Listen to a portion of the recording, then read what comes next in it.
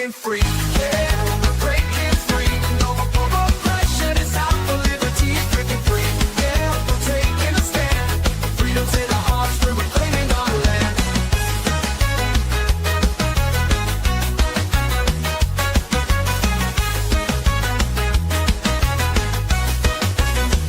They try to silence us, but we won't be tamed. Voices getting louder, can't keep us in chains. We got the power, we got the might. Together we can shine, together we can fight. Feel the rhythm in your feet, it's time to stand tall. Raise your voice and shout, we're breaking down the walls. We're breaking free, yeah, we're breaking free. No more oppression, it's out for liberty. Breaking free, yeah, we're taking a stand. Freedom's in our hearts, we're reclaiming our land. They try to silence us, but we won't be tamed. Voices getting louder, can't keep us in chains. We got the power, we got the might. Together we can shine, together we can fight. Feel the rhythm in your feet, it's time to stand tall. Raise your voice and shout, we're breaking down the walls.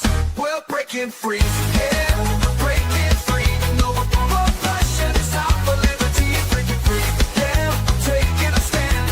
Freedom's in our hearts, we're reclaiming our land. Reclaiming our land.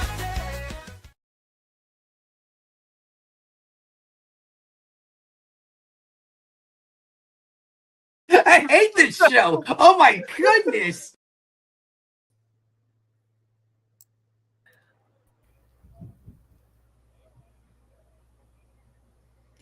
Welcome, everybody, to another Friday night edition of Are You Smarter Than a Politician? This is the political cage match where bold solutions win and bad ideas get wrecked. Tonight on Are You Smarter Than a Politician, we're diving into the rising America control state, how policing, surveillance, immigration policy, and federal power are reshaping who actually runs this country. We're hitting it all: justice reform, border crackdowns, the drug wars, foreign ops, worker power, free commerce, surveillance, digital privacy, and much more. Our contestants tonight are three notable political minds who live and breathe these issues. Get ready. This one is going to spark some fireworks. Joining us tonight, back for, I believe, a second time here, Chase Oliver, and he was the 2024 Libertarian Party presidential candidate. He's doing an awesome podcast, the Chase Oliver podcast. You can find him on X and YouTube at Chase for Liberty. How are you tonight, Chase?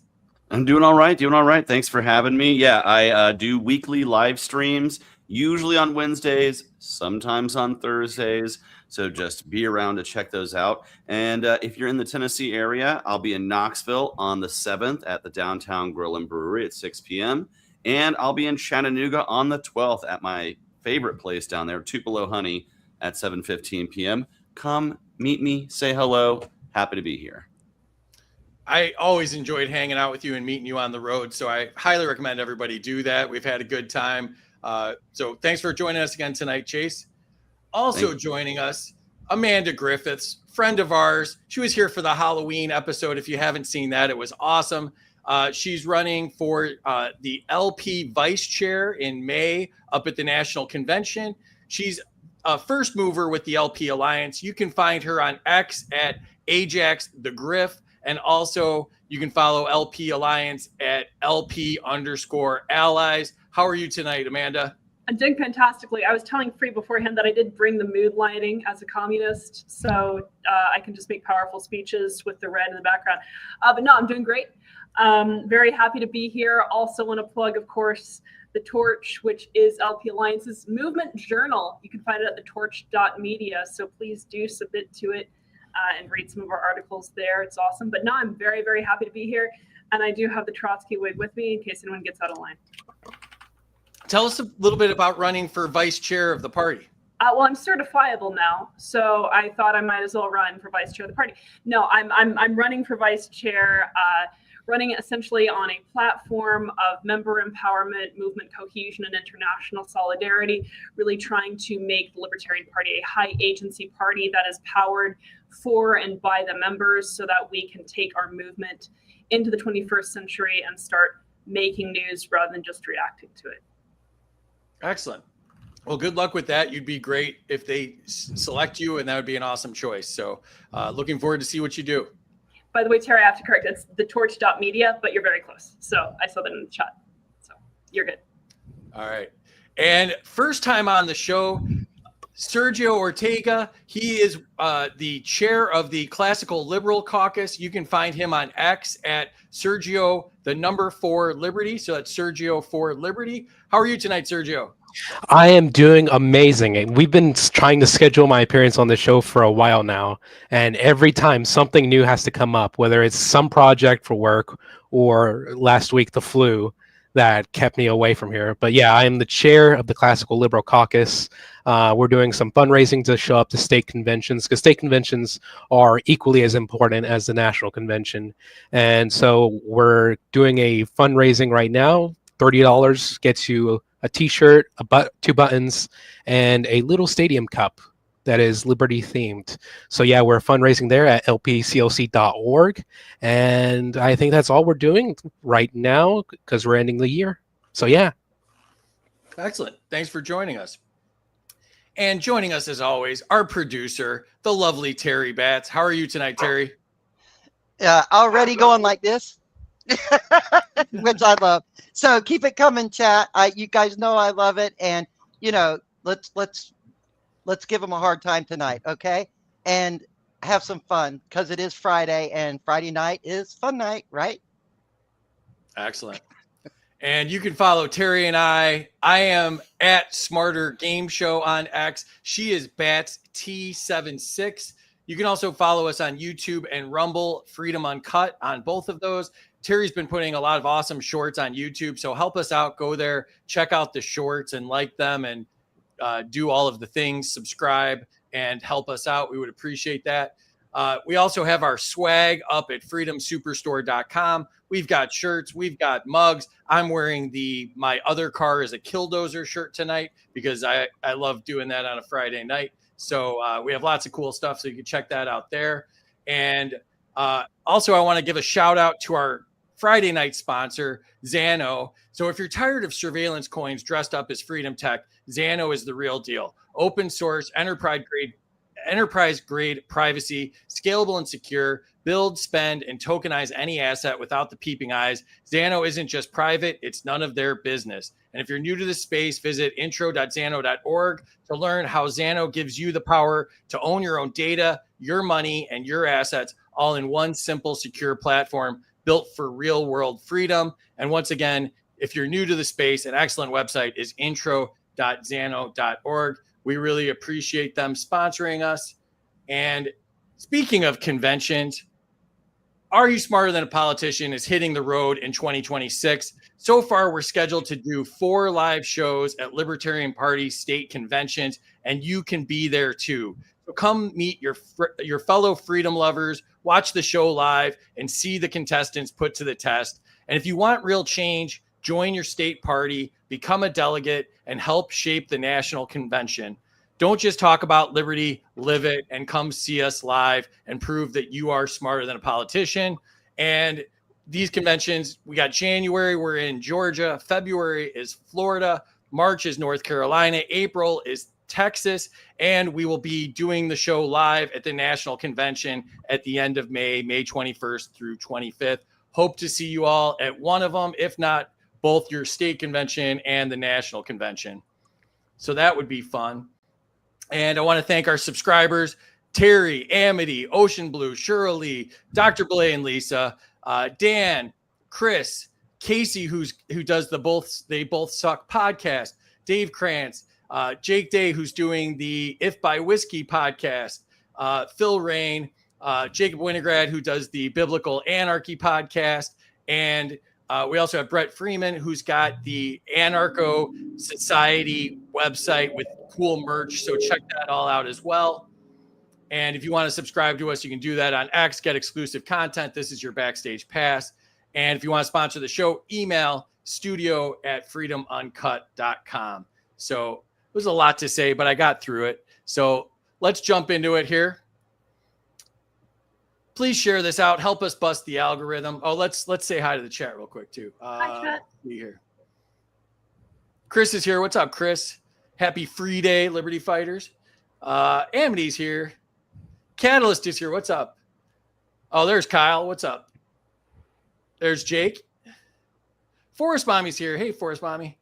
Sai's here. 100 to Chase for letting me vote for president without puking in my mouth a little bit. That's fair. Okay, who gets the fashionably late award tonight? That would be me. That was my fault. Free can't blame it on me this time. Yeah, it's not Kyle this time. Oh, Moscript's here. What's up, David? Thanks for the repost. Hey, Dan. Hey, Steve. And World War II and World War I. Was there fighting in the chat already?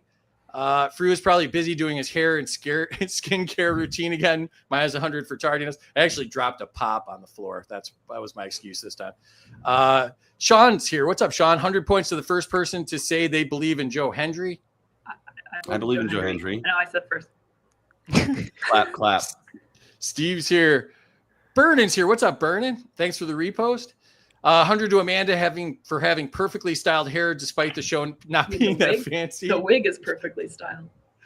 200 for the Trekkie nerd picks. Chase, live long and prosper, my friend. 100 to Amanda for having a lot of empty shelves. This chick is ready for anything. I've been getting ready to move for months. Is the answer. And we're 3 shelves into it. That's exactly. Good progress. 100 to Sergio for constantly struggle busing. Always. Griff, you are awesome. We'd be lucky to have you up there in the VC with Rob Yates. 200 for having the cojones to run.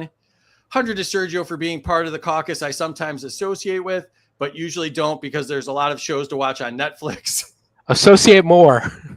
100 to me for getting his handle right. Yeah, this is the first time I think I said my handle correctly in a while. 100 to Amanda. Oh, there's Rob Yates, who's running for chair of the Libertarian Party. 100 to Amanda because young Stalin is hotter than young Trotsky. Rob, if you're gonna be chair, I recommend the film Death to Stalin. Actually, if you guys want to see something that's good, and it's my favorite film. 100% my favorite film. 100 to me for coming to North Carolina. I will see Rob up there. That's going to be awesome. Marcel is here. Oh, 6'7". We got it. Yeah, here we go. 6'7" to Chase. Oh, it's now here we go. 199 to Free. Excellent episode on LCI. Oh, thank you. Yeah, I was on the Libertarian Christian Institute podcast with Jacob Winograd. That was a lot of fun. It's my pinned post right now if you want to go back and check it out. Lots of people joined us. It was really cool to have everybody there and support me. I'm usually on the other side of an interview, so it was weird. So appreciate all my friends showing up. Minus 100 to me for Pop. Yeah, that's what you say in Chicago. Will Mr. Oliver run for president in 2028 or another political office? Tough question from Noah.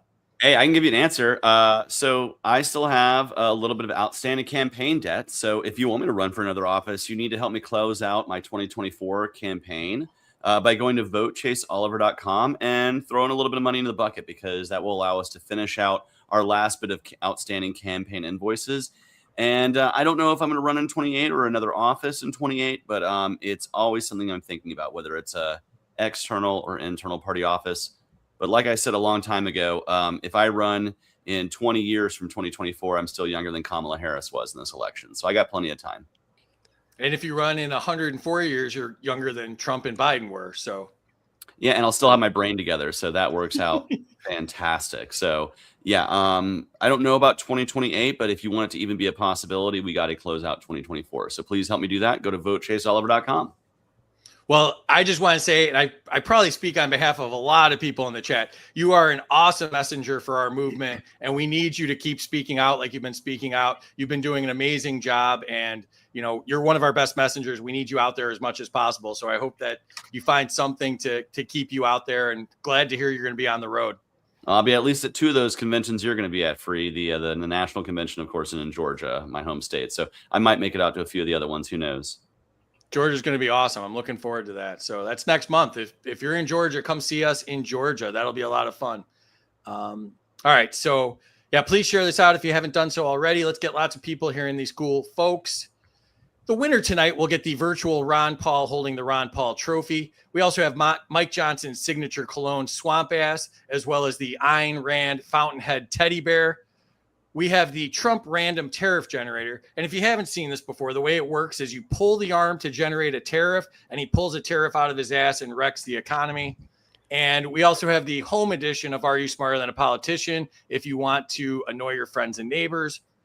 We have the Ron Paul and the Murray Rothbard bobbleheads. And of course, we have the Lego Killdozer because nobody talks about the Killdozer more than me and Casey.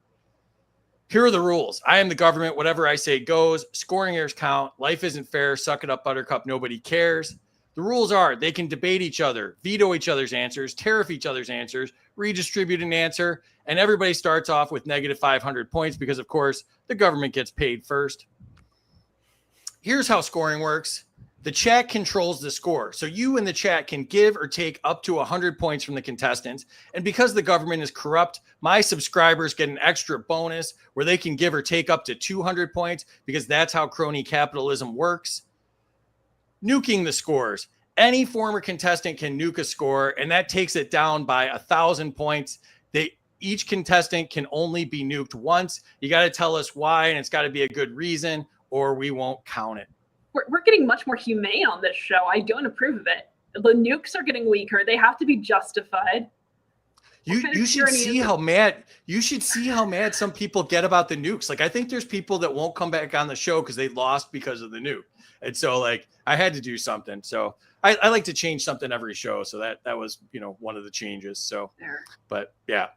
All right, I'm going to put Terry in the back. She controls the chat and the scoring. So make her life extremely difficult tonight. Thank you, Terry. All right, here we go. Lightning round. First question is to you, Chase. Category is criminal justice reform. Should police be banned from lying to suspects during interrogations? Yeah, I think if you lie to somebody, it's instinctively a dishonest act, and I think you're trying to entrap somebody. And yeah, it's not a tactic that I really think is normally used very well. For the most part, that's something that's extremely dishonest, and I would question any police officer that would want to do that. All right, Amanda, to you. Should judges be required to reject any evidence gathered without a warrant, no exceptions? Yes. I mean, that should be our basic standard. You need a warrant. I don't support no-knock raids. I don't support warrantless raids. Absolutely, judges should reject that right out. All right. Sergio, to you. Should every American be allowed to record police at all times without restriction? Always, even if the police officer is off duty. Excellent. All right. Chase, back to you. The category is immigration reform. Should long-term undocumented workers with a clean record be given a path to legal residency? Absolutely, for a variety of reasons and across the political spectrum. If you're one of the folks on the right who worries about population decline, you should want people who are here working hard and not committing crimes to be part of America, and also to be, raising families here in the United States. It's good for our labor pool. It's good for our entrepreneurship. Ultimately, if someone's here living peacefully, why would you have any issue with it? I have way bigger issue with, native citizens who are committing crimes, stealing my stuff or hurting me than I would about an immigrant who just wants to come here and work and raise a family. So if you have a problem with that, you really need to check your bigotry at the door and think about, what you really want to see in a free society. Yeah, we're $38 trillion in debt with over $200 trillion in unfunded liabilities. So I think if anybody wants to pay into this Ponzi scheme, we should let them. That's my thought on it. So, Amanda, to you. Should states have the power to set their own immigration enforcement priorities? I'm going to say no here. I think individuals should have the power to decide who comes on their property and who doesn't. The state should not. The federal government should not. We should be able to decide for ourselves who comes on our property and who does not. Nothing else should have that authority. Excellent. Sergio, to you. Should local communities have veto power over new federal detention facilities? Oh yeah, local communities should be able to decide whether basically a murder farm gets installed into their local neighborhoods. I mean, a lot of these facilities end up being like abuse factories. Agreed. All right, Chase, back to you. The category is ending the war on drugs. Should the federal government end drug criminalization and shift entirely to treatment? Yeah, absolutely. I got asked this on the campaign trail, and I gave the Ron Paul answer of, sure, you want cannabis to be legal, but what about cocaine? Yeah. What about heroin? Yeah. And they said, well, what about fentanyl? And I said, if it was legal, would you do it? That's the Ron Paul line. I'm paraphrasing. But yeah, we should absolutely shift ourselves away from this being a criminal issue and not just like state aid, state sanctioned, reform of that. No, we should be able to do that privately. And yeah, I think we could take care of each other a heck of a lot better than throwing people in jail. Addicts rather, are people who are sick. They are suffering from addiction, which is a medical crisis that we should have a little bit more compassion for. And I think if we did, we'd see a lot less recidivism and a lot less people continuing to be addicts as opposed to just throwing them in jail, which is a trauma factory. All right. Amanda, to you. Should states be allowed to legalize all drugs without federal interference? Absolutely. States should be able to decide for themselves, but I'm with Chase on the fact that we need to legalize all drugs. And that doesn't mean that people are all of a sudden going to start using drugs. You do see initially a slight increase in drug use immediately after you legalize something, and then it flattens out, especially when you provide harm reduction types of resources. So yeah, that should be left to the state, and then hopefully we would start seeing people vote with their feet in terms of where they want to go. That's going to give them the most freedom over what they have to do with their bodies. All right. Sergio, to you. Should police be barred from using drug dogs for traffic stops? I don't think drugs should be criminalized in the first place. So there wouldn't be any point of having drug dogs if there's no criminalized drugs in the first place. So no, they shouldn't be able to use them. All right. Chase, back to you. The category is the drug wars global footprint. Should the U.S. end all military involvement in foreign drug operations? Yeah, well, here's the fun part about that. Not only should we be ending like our involvement in the war on drugs overseas, but if we legalized and decriminalized drugs here at home, what we would do is we remove the incentives for foreign cartels to even have a money-making process, and we would have a much cleaner drug market here in the United States that could be tested for efficacy and safety. And so overall, yeah, if we stop fighting the drug war overseas and decriminalize here at home, we would have safer communities here in the United States. But also, we wouldn't be having to have these, raids and fighting a drug war overseas, which would make overseas communities a lot safer. And by the way, for those who are concerned about immigration on the right, if you stop fighting a drug war and you stop having cartels with their profit motive, people will be less incentivized to come here as well. Excellent. Amanda, to you. Should Congress forbid drone strikes tied to drug enforcement abroad?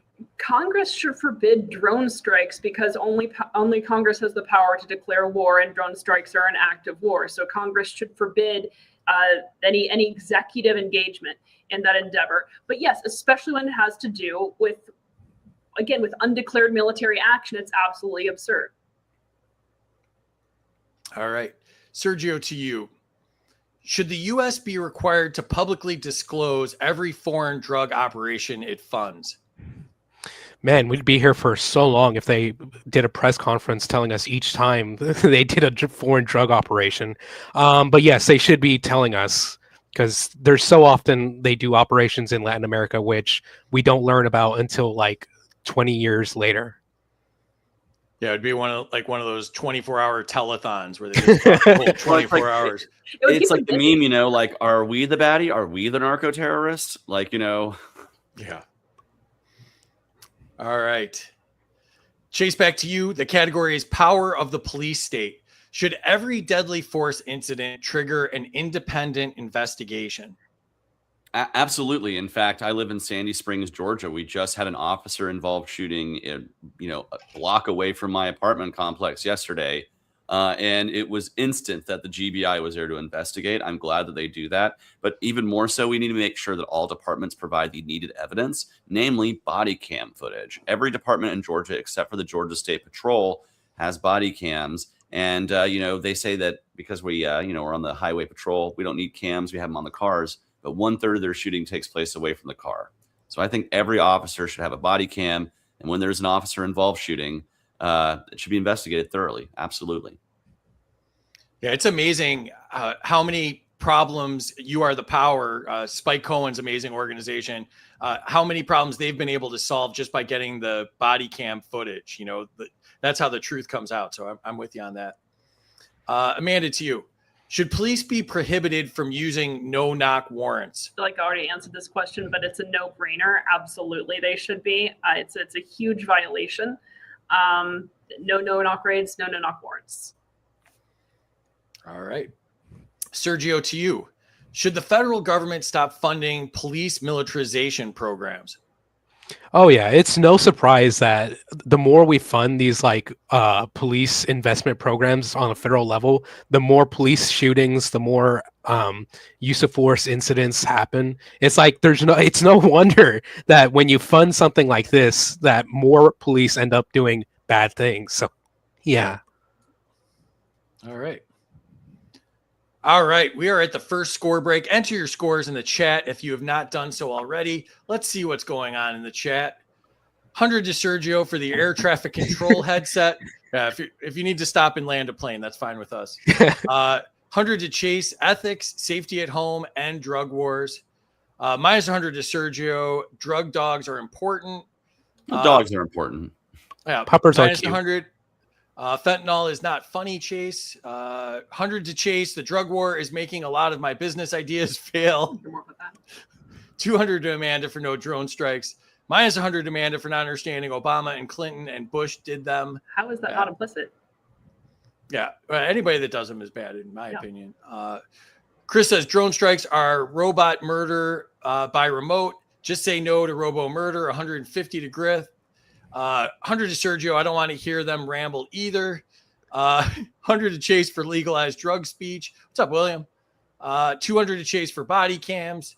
100 to Chase for living in a safe officer shooting neighborhood. 200 to Amanda for no knock. 100 to Amanda for the no knock. No knock is a no-no. 176 to Amanda. Chris is trying to drive Terry crazy tonight. 100 to Sergio for stealing a headset from Terry Bradshaw. If you need to call a touchdown too, you could stop for that. 100 to Sergio for the militarization answer. 100 to Amanda, no knockers. Wait, that didn't come out right. I do not have knockers, so I mean that's fair. I've never gotten points for not having knockers before, but yeah, there we go. 100 to both Sergio and Chase for being from Georgia. All right, let's check this out. Let's see. Refresh here. And let's check the scoreboard here. Chase is in the lead, 1342. Amanda just behind at 1126. And Sergio's on the board at 800 for his first time. Sergio, first time here. What do you think so far? Darn. But yeah, I think I'm going to make up some ground slowly and surely. All right. Amanda, second place. What do you think so far? I mean, it's hard for Sergio when he's landing planes and calling touchdowns to be focused on the game, so I can completely empathize. I'm having fun. I'm liking the chat. Also, taxation is theft. I wanted to make sure that I mentioned that. Chat, taxation is theft. You know what to do. All right.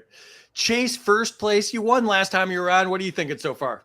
Hey, man, I'm just happy to be here and happy to be on top of a board when the votes are being counted. I'm considering these points votes, and for the first time, I'm not rocking third place or less. So you know what? I'm thrilled to be here. Well, Chase, you were number one on my ballot, so just throwing that out there. So, all right, and let's get back to it. Share this out again if you can. We're over 1,300 people. That's awesome. Appreciate y'all. All right, Chase, back to you. The category is worker empowerment. Should tipped workers be guaranteed the same minimum wage as everyone else? You know, I'll be honest. I am a former tipped employee for many years, and I have found that for the most part, you're actually paid more than the federal minimum wage. But I don't believe in a federal minimum wage. The minimum wage is actually zero. If you want to be paid the minimum wage, you're being paid nothing. Because ask your intern in an office who is getting paid in experience, right? So that's kind of a pointless question to me. I think if you're a tipped employee, you should be probably making more than $7.25 an hour, whatever it is. But I don't think the government should really be mandating that. Mandate that for yourself. If you're not feeling worth what they're paying you, find another job and find something that's going to be worth what your labor's worth. All right. Amanda, to you. Should gig workers be allowed to collectively negotiate their rates without being reclassified? Yes. So independent worker organization is an incredible thing. And just because workers decide to try and make things better for themselves, that doesn't mean that the government should then intervene and reclassify them. I just don't think that anyone should be forced to enter into that kind of agreement or arrangement. All right. Sergio, to you. Should non-compete agreements be banned nationwide? No, that's one of the conditions you enter into sometimes, depending on your employment. And that's a free agreement that you can negotiate away or enter into with an employer. So that's not something for the government to interfere with. All right. Tried to trip you up there, but you got that right. All right, Chase, back to you. The category is strengthening pro-freedom movements. Should ballot access laws be radically simplified so new voices can compete? Absolutely.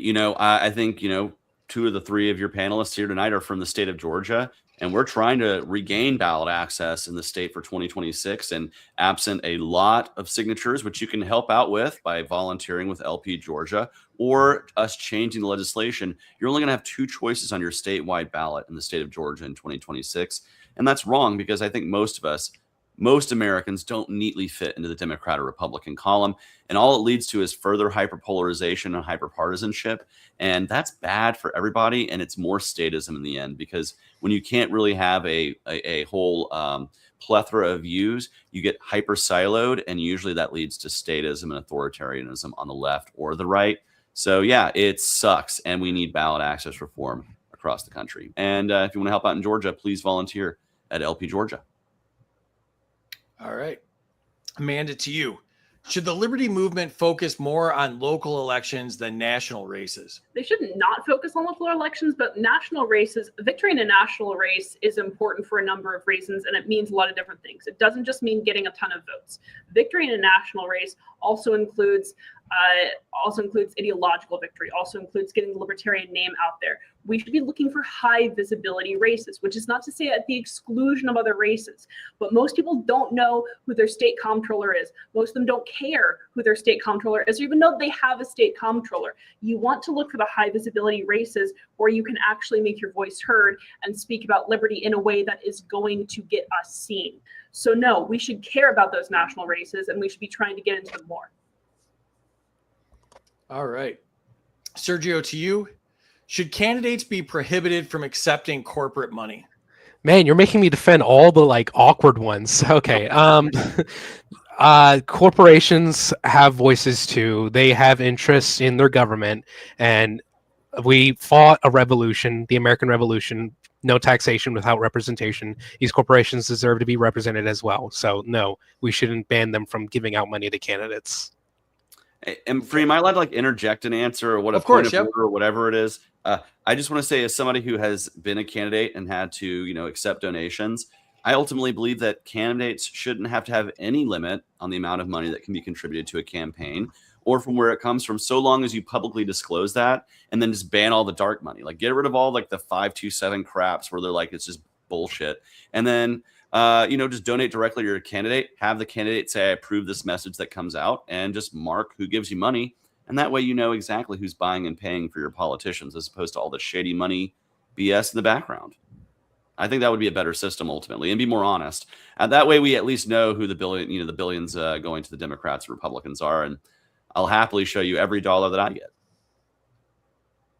Or you use privacy coins. I'm not trying to get the FCC. Pay me in gold bars, please. Yeah, there we go.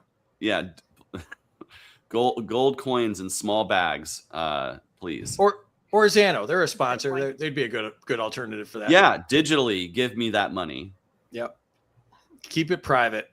None of their damn business.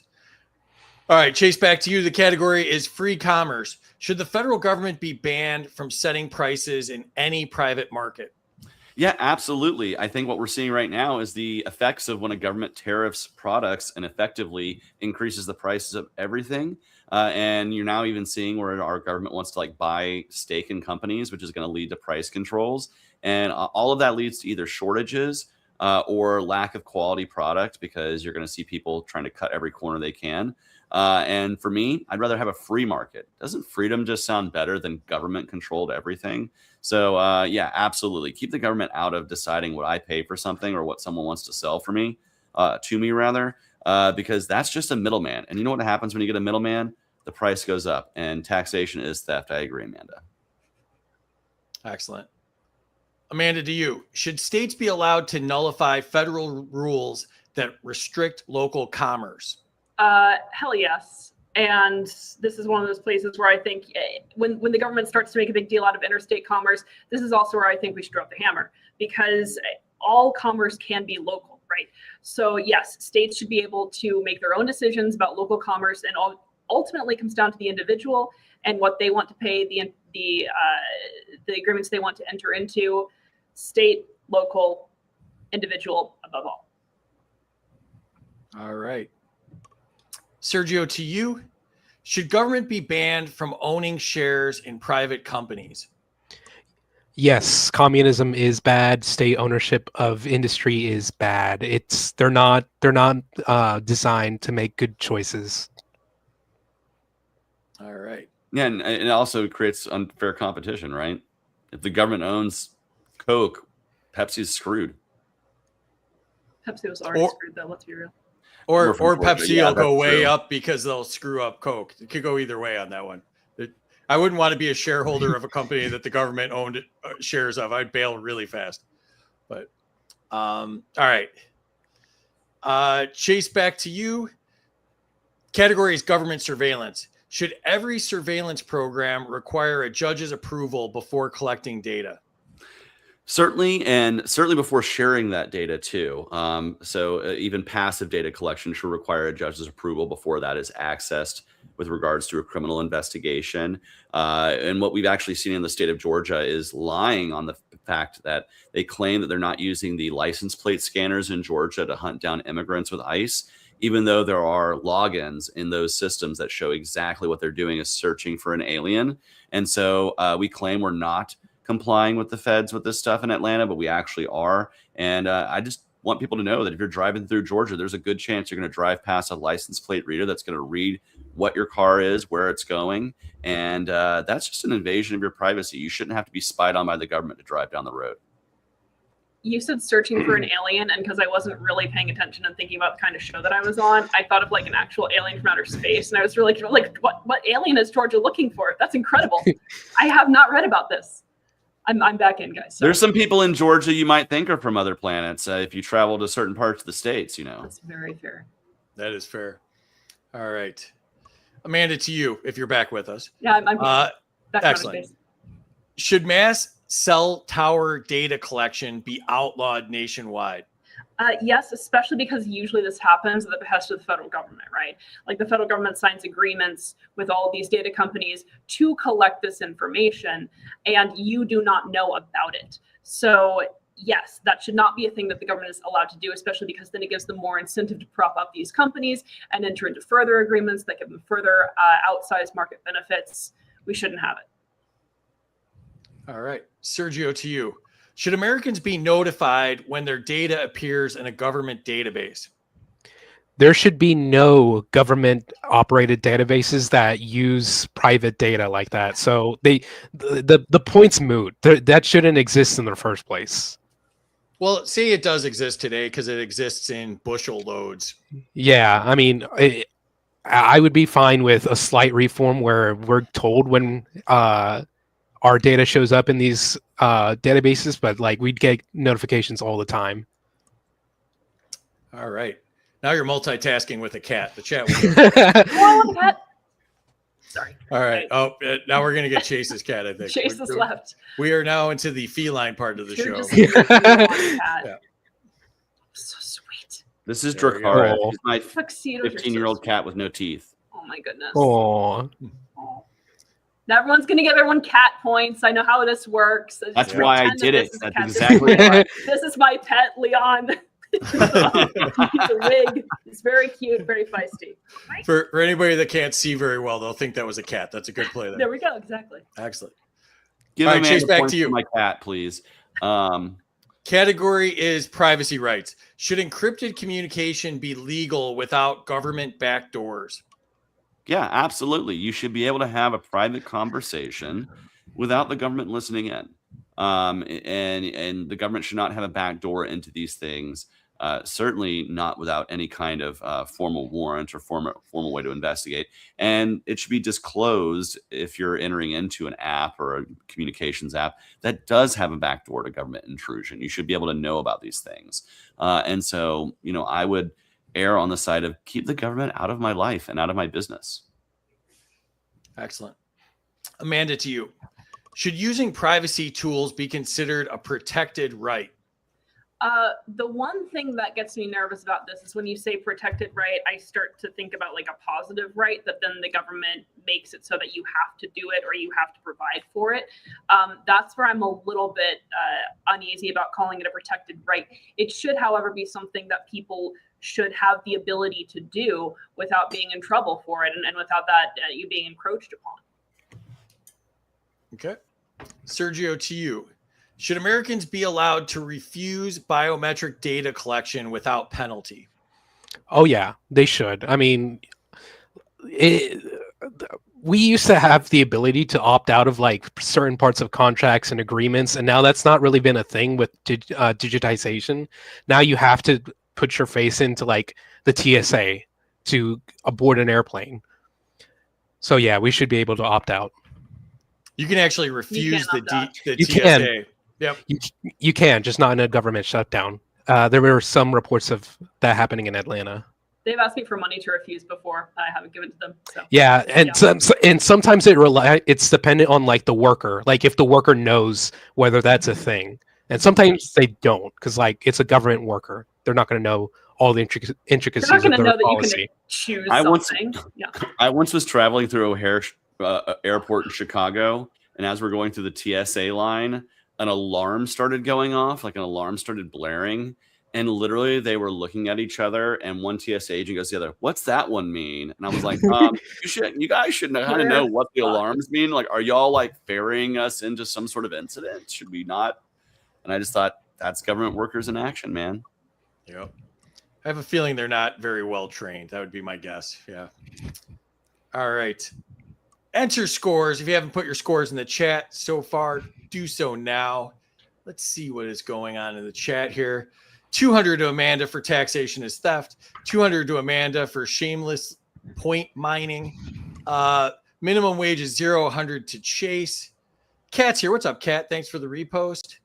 200 to Chase for no minimum wage. 100 to me, but I'm donating them to Sergio for multitasking, game show, football coaching, pilot, cat herding. Very impressive. 100 to Chase and Sergio because I'm in Georgia. 200 to Chase for being able to laugh about the election. You kept your head held high, and I'm excited to see what you do in the future. 100%. 100 to Amanda for quoting taxation as theft. 100 to Chase. 100 to Chase for holding onto his hoodie. My wife and daughter have taxed all of mine. 100 to Amanda for the energetic hand gestures. I'm pumped. Ballot access is top of list important. 200 to Chase for fighting the corruption.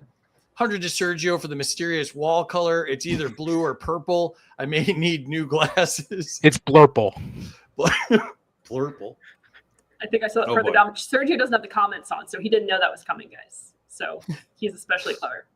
100 to Chase, no limits to donations with full transparency. 100 to Sergio for letting my companies launder all the money I want. I believe that what Chase means is pay me in Xano, the sponsor of tonight's show. Yep, good call there, Kyle. 100 facts Chase. Anarchist Chefs here. What's up, buddy? 200 to Chase for banning government price fixing in private markets. 100 to Amanda for getting Chase to say taxation is theft for the very first time ever in the last 5 minutes. 100 to Sergio, communism is bad. 100 to Chase for the free market wet dream. Sadly, we live in crony capitalism. 100 to Amanda, Pepsi was already screwed. Surge, 200, buddy, communism is bad and state ownership is definitely communism. Minus a lot to me. Tell the military industrial complex about not having the government involved. 100 to Chase. I didn't know if Kennedy banned Coke yet. Yeah. Not cocaine. That's still legal in the Kennedy household. Yay. Yeah. 100 to Amanda. Pepsi is screwed anyways. 100 to Amanda for space ADHD. And then we got the little scientific's got the emoji talent. He's got the alien in there. 200 to Griff for admitting the ET fantasy. 200 to Amanda for space aliens. This worked out well. People for like it more when I'm off topic. This is amazing. Margie's here from Georgia. Welcome, Margie. 200 to Chase for banning of ICE tech to kidnap free people being free. 100 for the cat. 200 for the cat. 100 to Sergio and Chase for the cats. 200 to Chase's cat.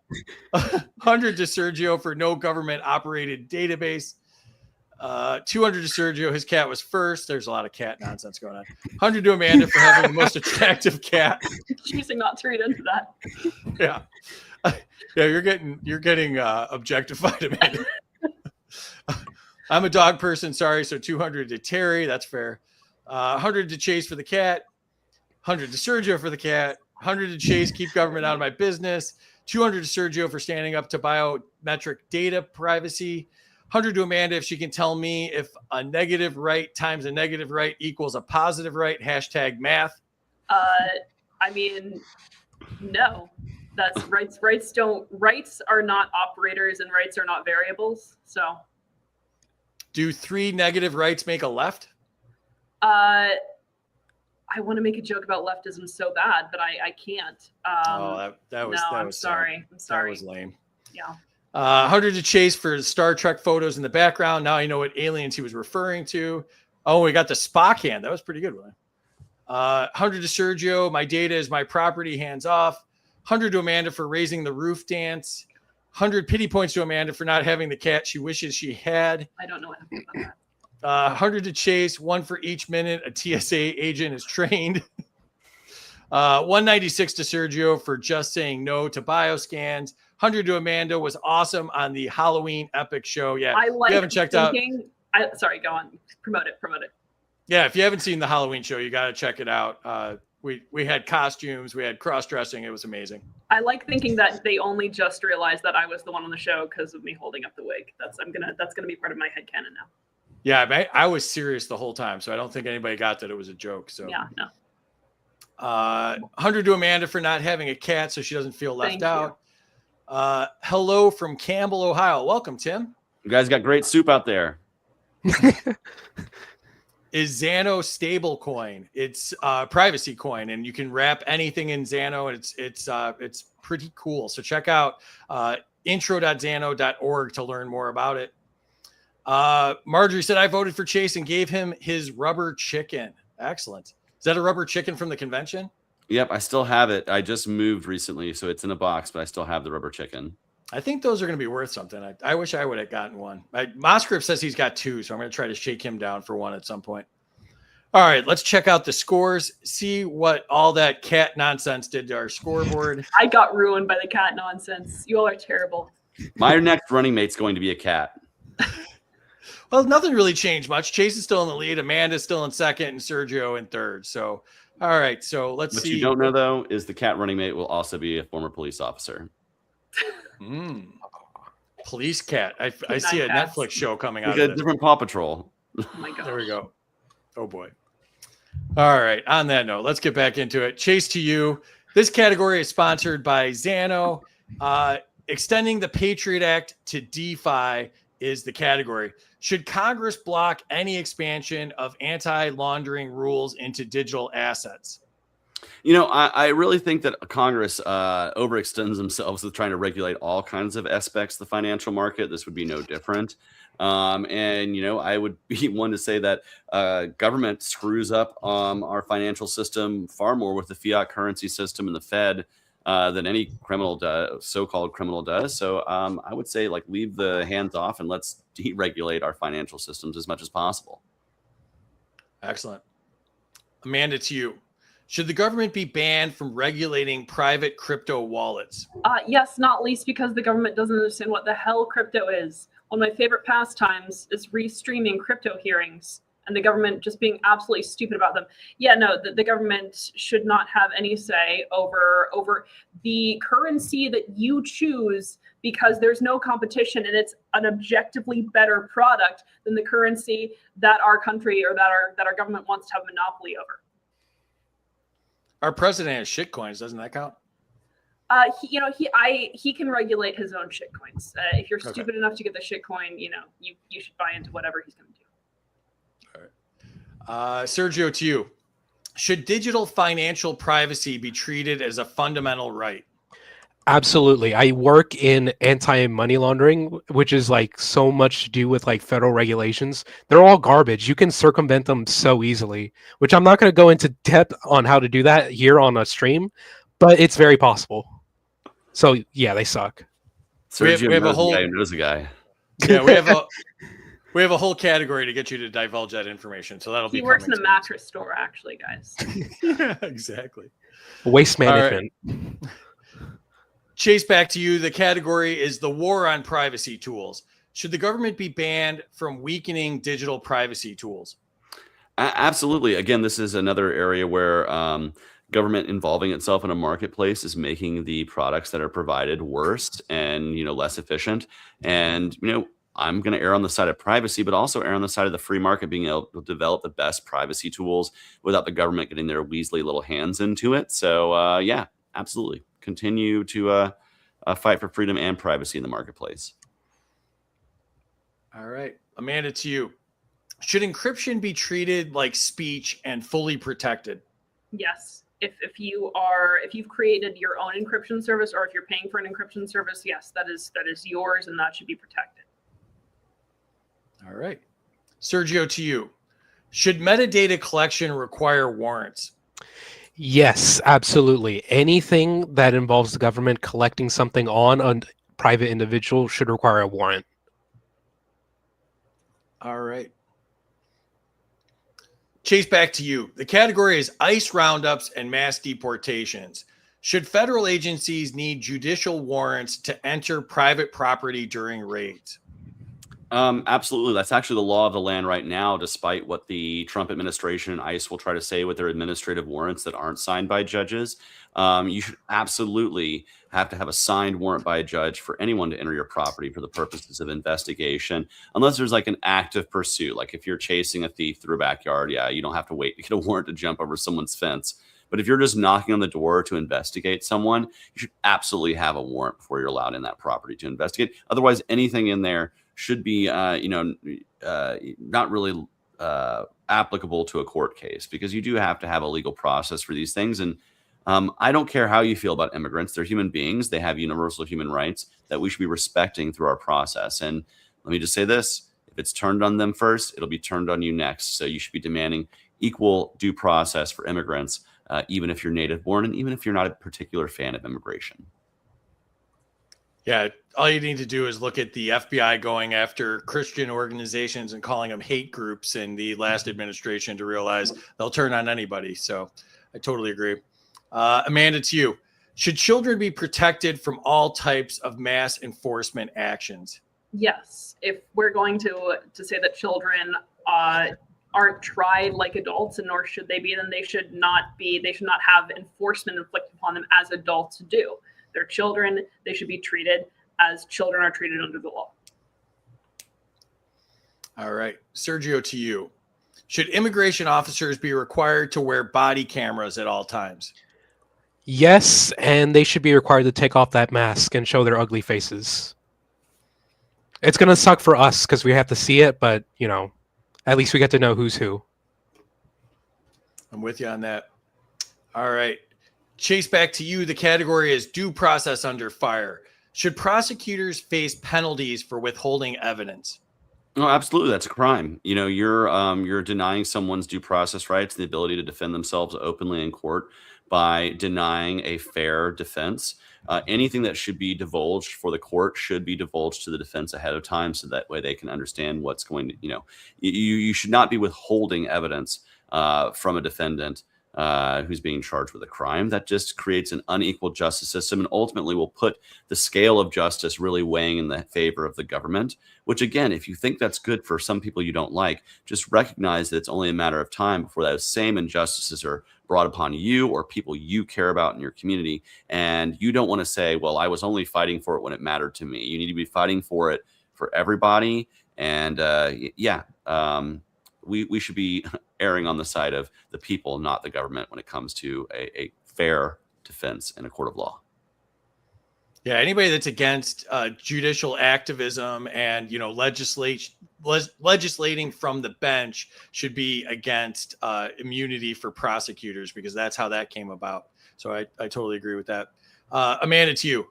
Should pretrial detention be banned for nonviolent offenses? Yes, especially when it's pre-trial. So first of all, we should not have victimless crimes, right? So if you're talking about a non-violent offense, you're going to have to sell me on the fact that it should be an offense to begin with.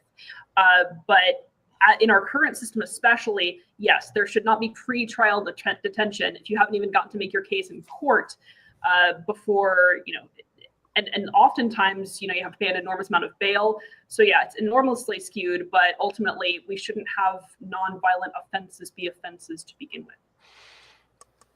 Well said. Sergio, to you. Should everyone have immediate access to legal counsel from the moment of arrest?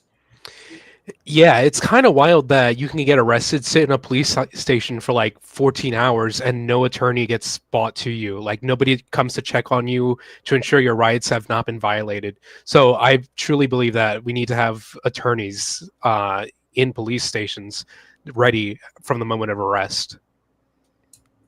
Excellent.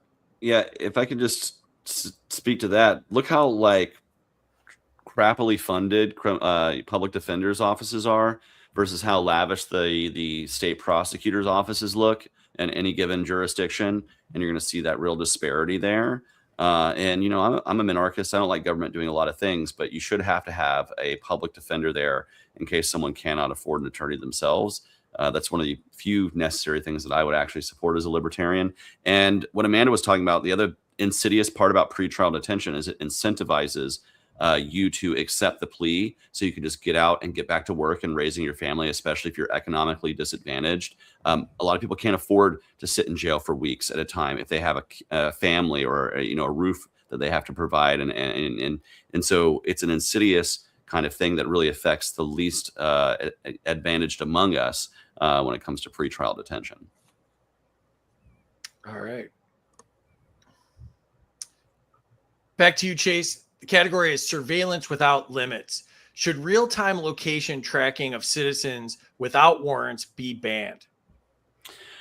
If you're talking about from the government, yes. Of course, private organizations, to access the GPS in your phone and to use Google Maps, you need to have some sort of tracking. But for the government to be doing so without a warrant is a gross miscarriage of justice. It is. It's the same as if you would have to have, if you're doing an open criminal investigation, you have to have a reason for a car to, for an agent or a police officer to tail you, right, to follow you around. You'd have to have some sort of warrant to warrant that investigation, literally. And it's the same in the digital world. You should not have to have mass surveillance of where you're going, what you're doing without a warrant. That just doesn't make any sense to me. And it flies in the face of our justice system and what it's founded upon. All right. Amanda, to you. Should the government be barred from scraping social media for surveillance? Yeah, and also from deleting people's accounts when they contain things that doesn't fit the government narrative, because that's a fun one too. It's a private company. The government should not be interfering in that. And if by some ridiculous sorcery there's a deal concocted between the private company and the government in order to allow them to scrape, that should be known by the people who are patronizing that platform. All right. Sergio, to you. Should AI-driven monitoring programs require explicit public approval? Yeah, the biggest one I'm thinking of right now is flock safety, ban flock safety. I mean, those are one of the few instances where even public approval shouldn't be allowed to sanction something like that. But, at the very least, we should be approving AI-driven surveillance networks. It's like bare minimum. All right. Yeah, flock that nonsense. All right.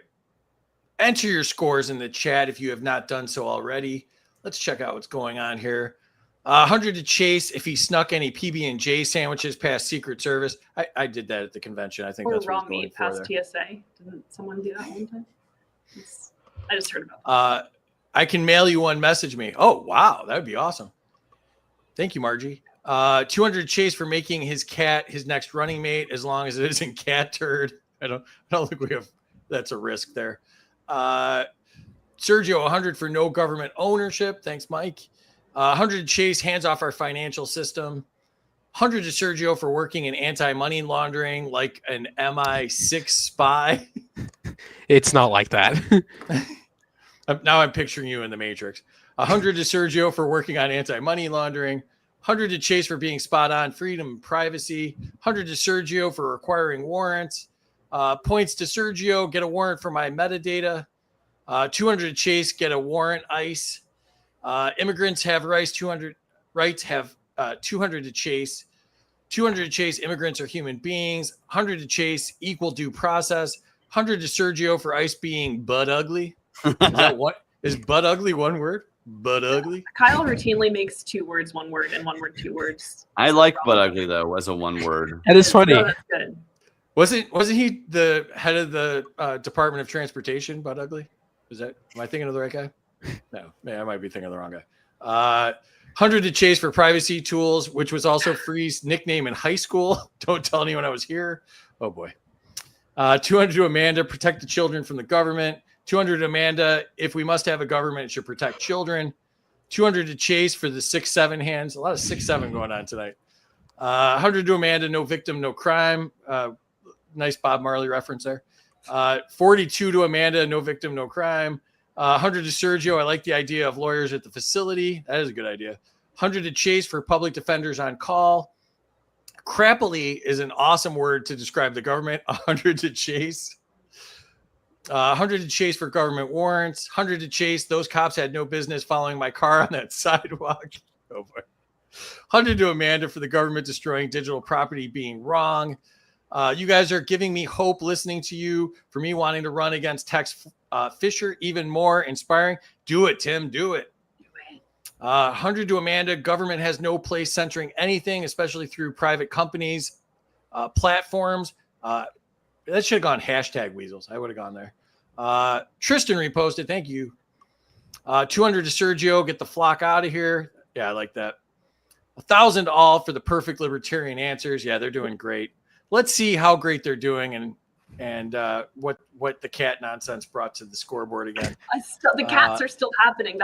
I'm at a disadvantage. I need a handy cat. Handy cat. Hey, guys. All right. Let's check it out. Chase still in the lead, 49-42, kind of running away a little bit here. 1,000 points more than Amanda and Sergio.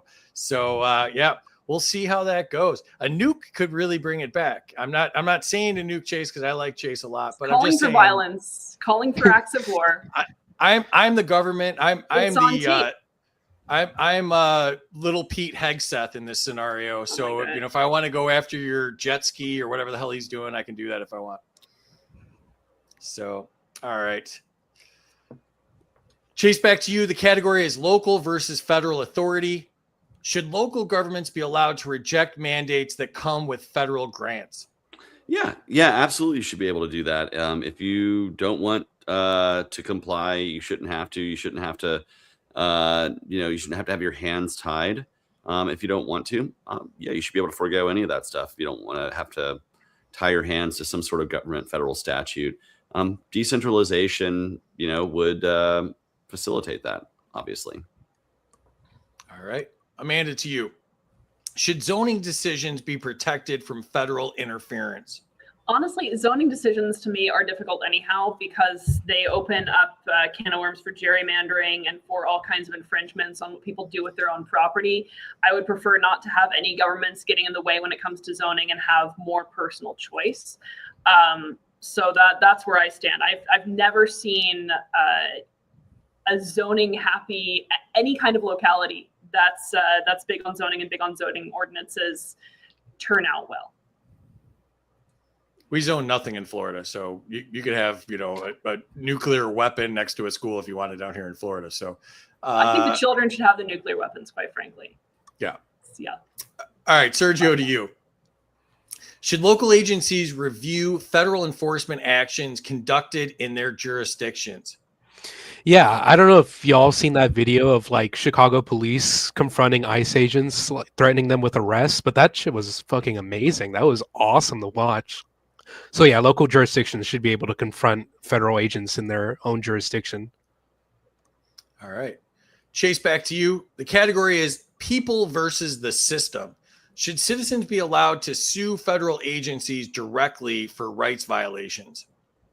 Yes, one of the purposes for a court is to adjudicate disputes, and when someone has done wrong, their liberty or privacy or other, inherent right is violated. You should be able to seek recompense in court, and that includes the government. So, yeah, you should be able to sue the government in court and get your damages if a jury decides that. All right. Amanda, to you. Should juries be allowed to judge the law as well as the facts? Yeah, but also a great way to get out of jury duty is to mention that you know about jury nullification. Yeah. Again, laws sometimes suck, and juries should have the capacity to make that decision. Yeah, if you're at jury duty, stand up in the largest group that you're in and tell everybody about jury nullification. That's my recommendation there. Sergio, to you. Should government employees lose immunity when they break the rules? Yes, they should. And that's not the case right now. Absolutely not the case that they should. All right. Chase, back to you. The category is the militarization of domestic policy. Should military hardware transfers to police be banned? Yeah, in most all cases, absolutely, and this is because you shouldn't want to see weapons that are being used in theaters of war being used on the streets to enforce laws. We are not enemy combatants. We're not the enemy. Despite what government would try to make us seem like, we are not the enemy. Government is actually the enemy, to be truthful, rather. But and so I don't see really many applications where military hardware should be getting used on the streets against citizens. Yeah, I think it's all just pad the profits of the military-industrial complex. Amanda, to you. Should domestic drone surveillance be outlawed without judicial approval? Domestic drone surveillance should be outlawed. There should not be an opportunity for judicial approval of domestic drone surveillance. All right. Sergio, to you. Should the government be barred from using counter-terror tools on civilians? God, it's so wild that we have to talk about that. Yeah, they shouldn't be using military grade counter surveillance tools on civilians. The point of a military and military grade weapons is to protect the citizens, not use that against the citizens. I thought you might be against treating Americans like terrorists. I had a hunch. So yeah, it's kind of weird. Confirming that. Yeah, thanks for confirming that.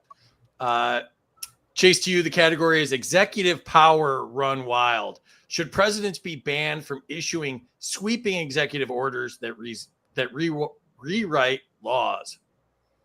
Yeah, absolutely. We are a nation that was founded during the Enlightenment that pushed us away from this idea of autocratic unitary rulers, kings, who can just rule for their subjects and determine unilaterally how the law should be.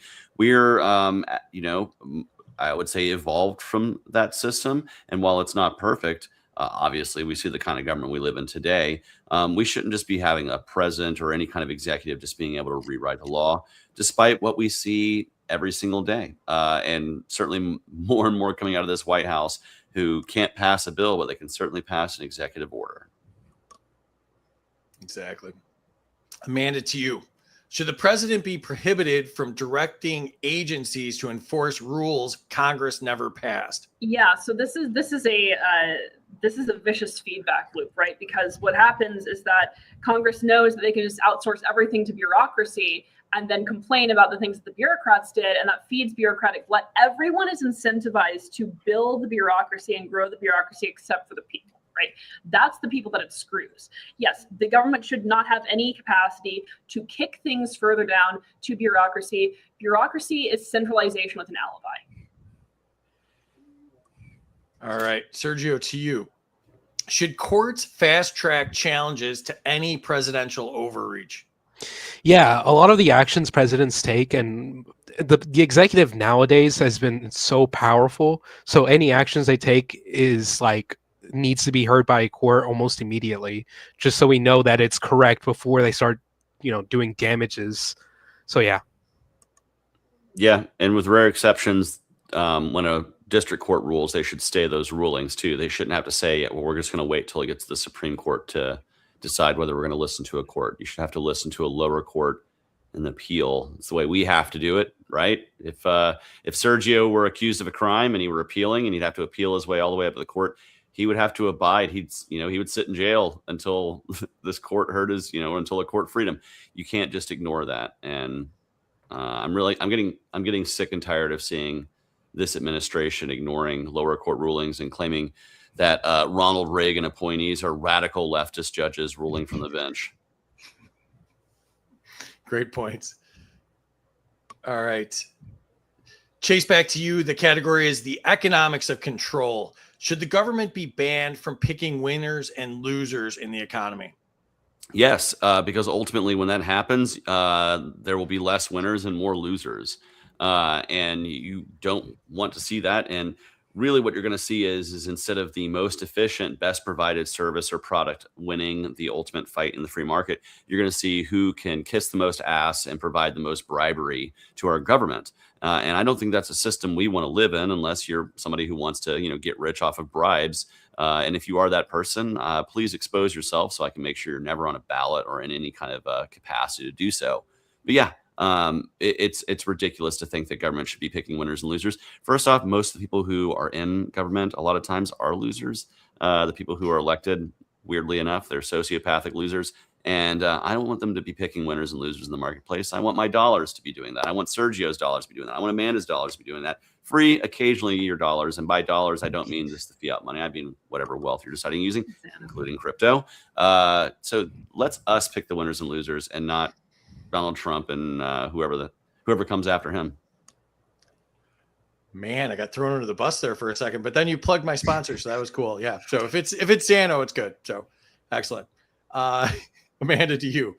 Should federal price controls be outlawed in every industry? Yes, whether it's price floors or price ceilings, it's planning, plain and simple, and that should not be allowed. The government, as it stands, has way too much of a footprint in the market anyhow. Anytime the government puts thumb on the scales to set a floor or a ceiling, you have the little guy getting screwed. And you also have the market getting screwed. People are less able to make their own decisions. The people who can afford to abide by those rules get to win and also get to set the rules for the future. All right. Sergio, to you. Should markets decide wages instead of federal mandates? Yeah, oftentimes small businesses can't meet the wage increases that states set. So that's why the market does that. The market allows small businesses to hire some people who can do more jobs or less jobs for, depending on what their wage is. So let the market set that, not some bureaucrat who doesn't know anything about how to operate a small business. I totally agree. Chase, back to you. Should Congress abolish regulatory agencies operating in sectors it lacks expertise to oversee? Yeah, absolutely. I think this is one of the great failures of government is that so much of the bureaucracy and in effect, the bureaucrats themselves are not really well versed in the things there. We just talked about this with AI. When you watch the congressional AI hearings, it's just ridiculous hearing our elected officials. And, the people who work underneath them and who work in the random federal departments of paper pushing, whatever, they are not necessarily the greatest experts either. And we see this time and time again. So much of what the government tries to regulate is something that would be better regulated, either self-regulation by the businesses, industries, the firms themselves, or through regulation through the marketplace, through our dollars speaking and putting the dollars where they need to be going. When government is just investing and putting themselves in these areas they have no expertise over, what they're doing is they're really gaming the system for those who can, again, purchase their way into the influence of government the most, namely, lobbyists. And I would rather we make those decisions and not lobbyists in conjunction with a bunch of people who are acting as stooges. Absolutely. Amanda, to you. Should states be allowed to override federal economic rules that harm small businesses? Yes, but ultimately, the government should be having less of a footprint in the market in general. My fear, once again, is that state governments also don't have much of an incentive to override some of those if they've got large businesses in their vicinity as well and can just grant a monopoly. So that needs to be looked at carefully because you can also get cronyism on that level. But ultimately, there should be fewer economic restrictions at either the federal or the state level that ultimately harm small businesses at such a disproportionate rate. Totally agree. Sergio, to you. Should taxpayers be allowed to sue when regulations increase costs unfairly? They should be allowed to overthrow the government, but that's another thing. I'll be fine for suing. I'm fine with suing. Suing is not enough. I support the first answer. Yeah. I just got you kicked off of YouTube. You're welcome. That's all right. It was bound to happen. Yeah. Glad it was me. All right. Chase, back to you. The category is the cost of government growth. Should federal spending be frozen until the national debt shrinks? Yeah, well, we need to do is we need to push ourselves towards a balanced budget. But yeah, I don't think we can tax our way certainly out of that problem. If you tax everybody to 100%, you're still going to be massively having a huge amount of debt and no growth. And so the only solution to getting ourselves out of this debt crisis is to cut spending. And so, I've always been one that says, anytime you try to grow government at all, it's just going to lead to furthering that debt spiral. There's just nothing we can do other than cut.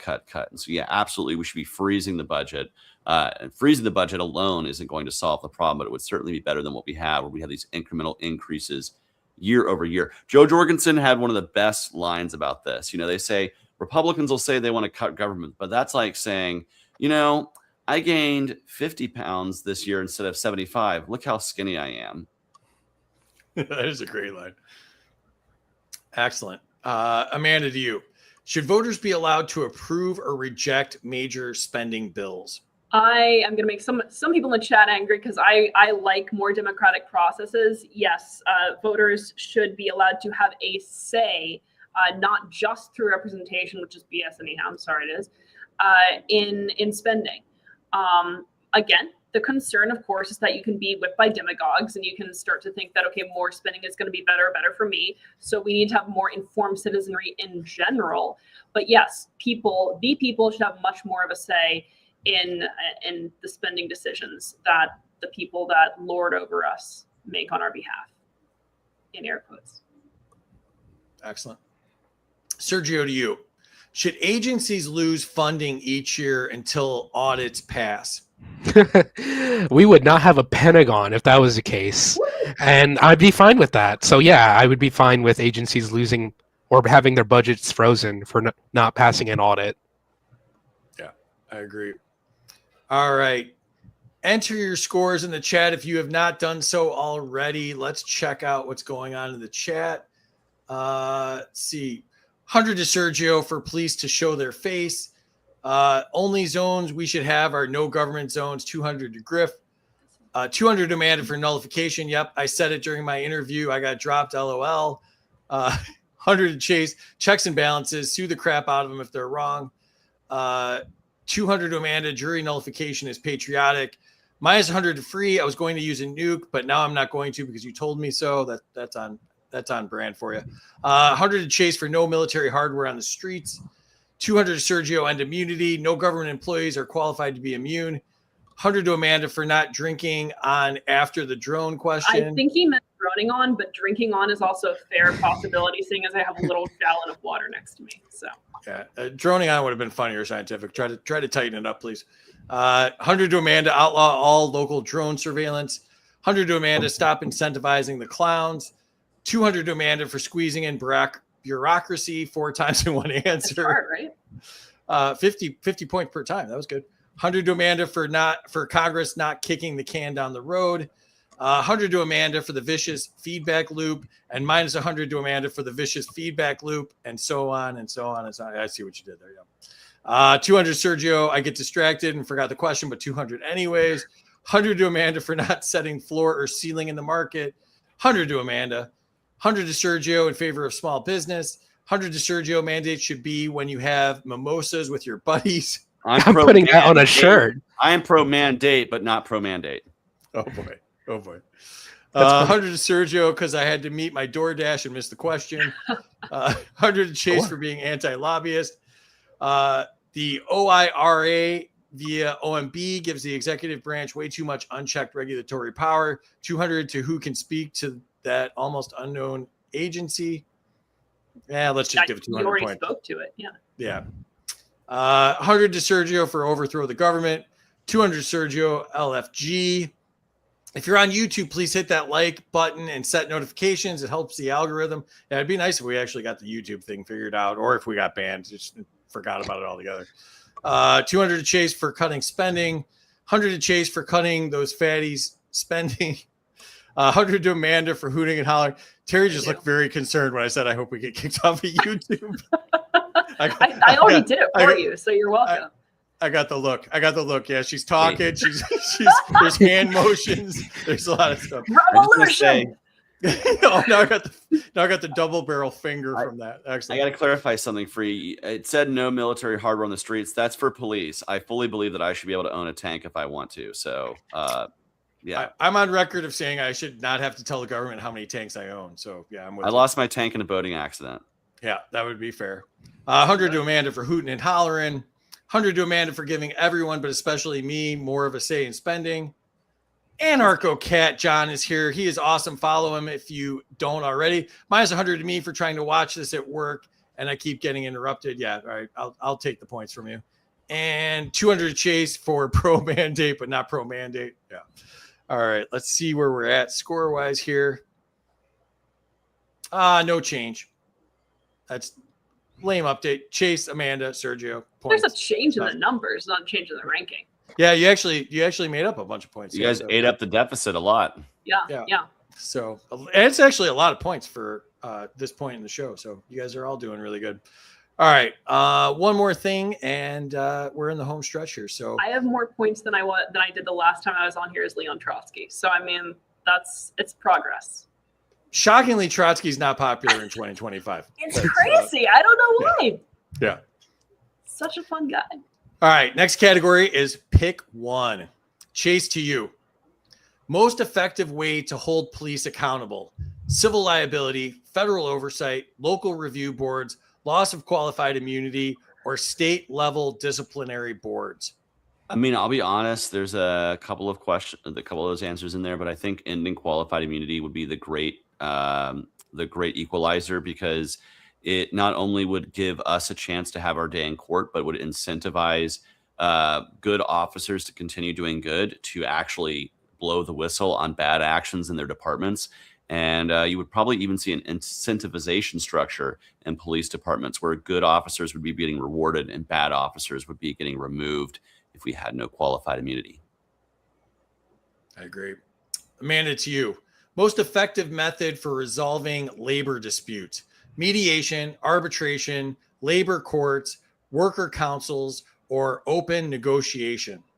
I did get this question as Trotsky, didn't I? Feel like that's very familiar.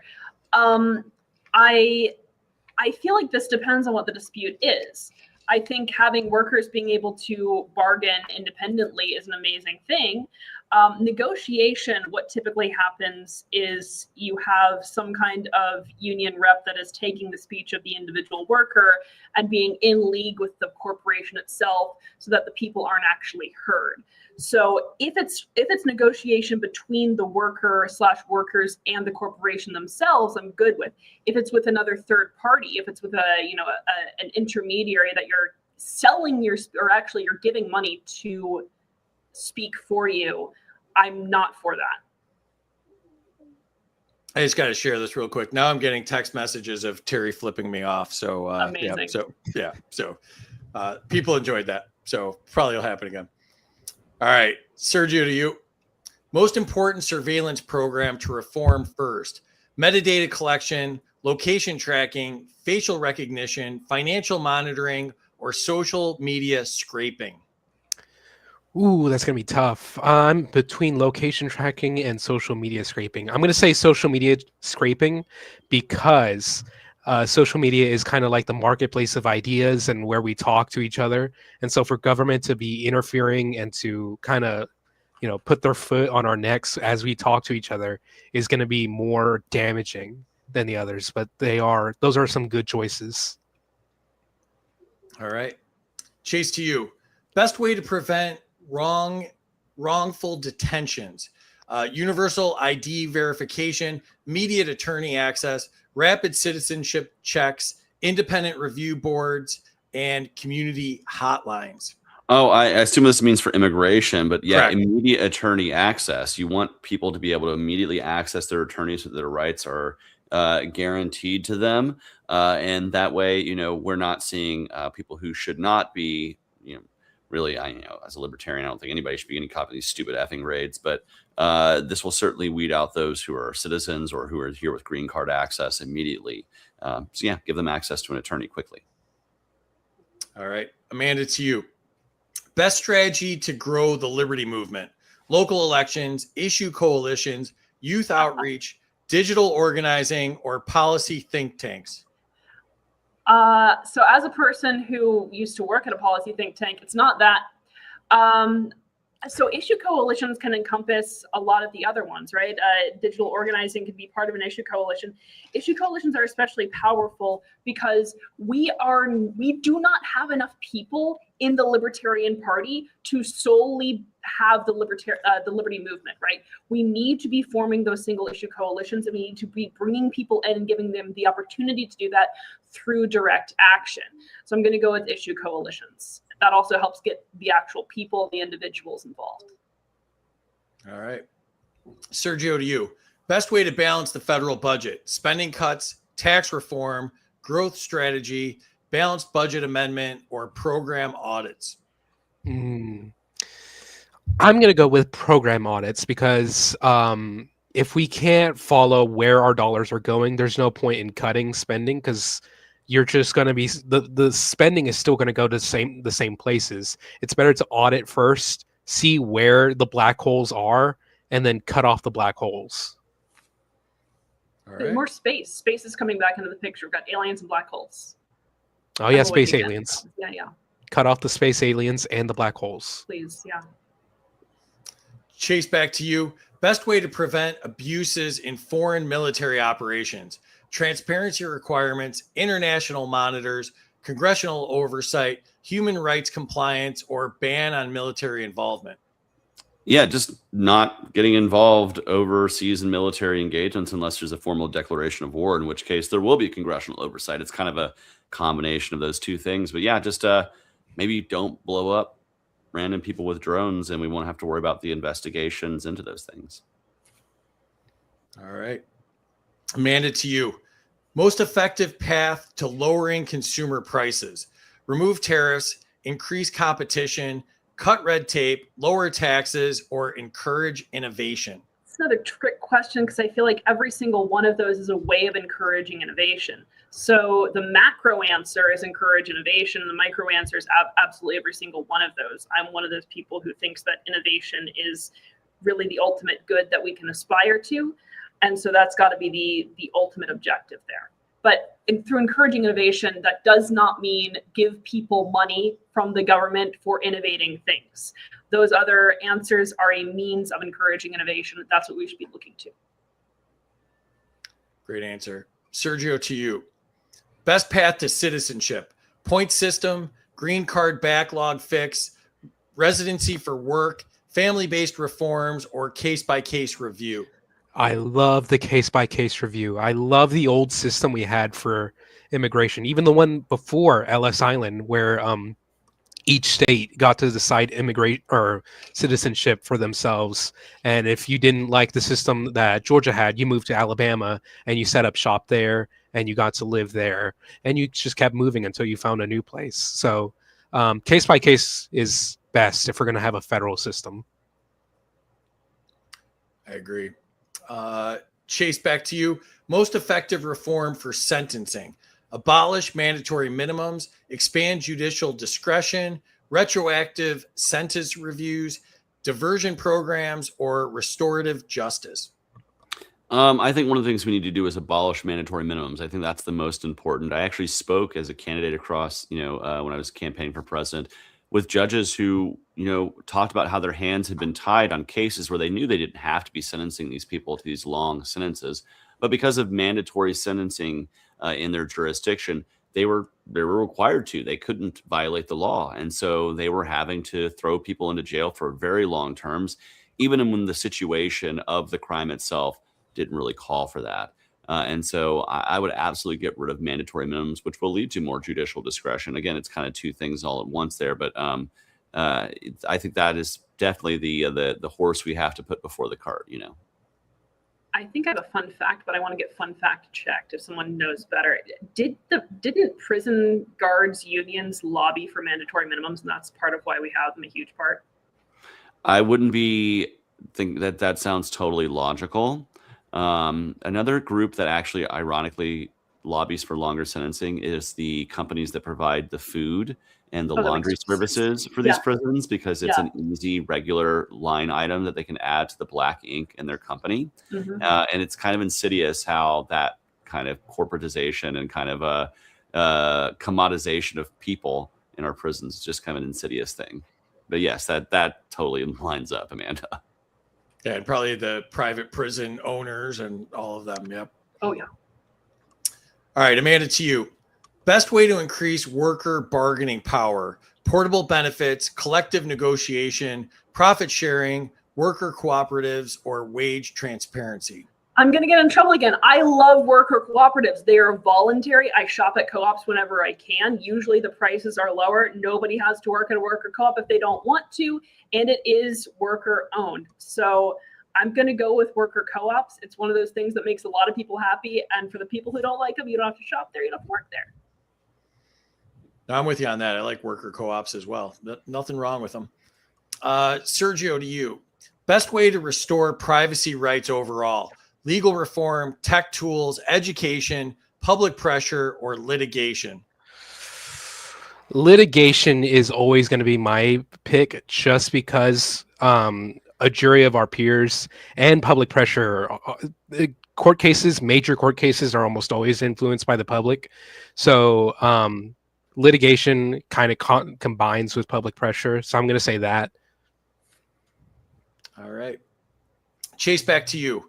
Most effective path to reduce deportation errors: body cams, independent audits, legal representation, stronger warrant standards, or community reporting systems? Let me think about that. Let's see. To reduce deportation errors. It's really a cross between legal representation or independently auditing what's going on, because I think legal representation is the best answer, because it's what's going to stop wrongful deportations ahead of time. But we do need to have a strong and stringent auditing program, so that way we can know exactly when government effed up, how often they effed up, and so that way you can build into knowing and expecting what's likely to happen in the future. So both of those are important, but the most important is legal representation. People deserve to have representation when there is a legal process being put against them, whether it's immigration court, criminal court, civil court. People deserve to have legal representation. All right. Amanda, to you. Most effective path to recruit new voices to the Liberty Movement: campus organizations, social media content, community events, debate tours, and game shows, of course, and grassroots organizers? Oh, I can't say all the above because that's a cop-out. Crap in a can.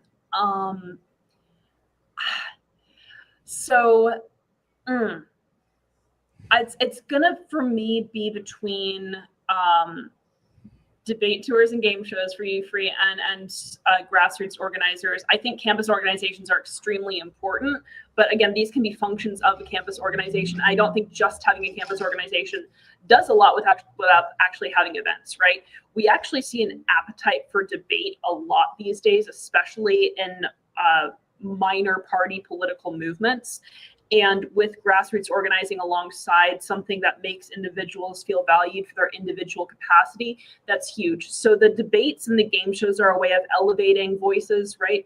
And making people interested in the conversations, indoctrinating them and teaching them what the movement's about.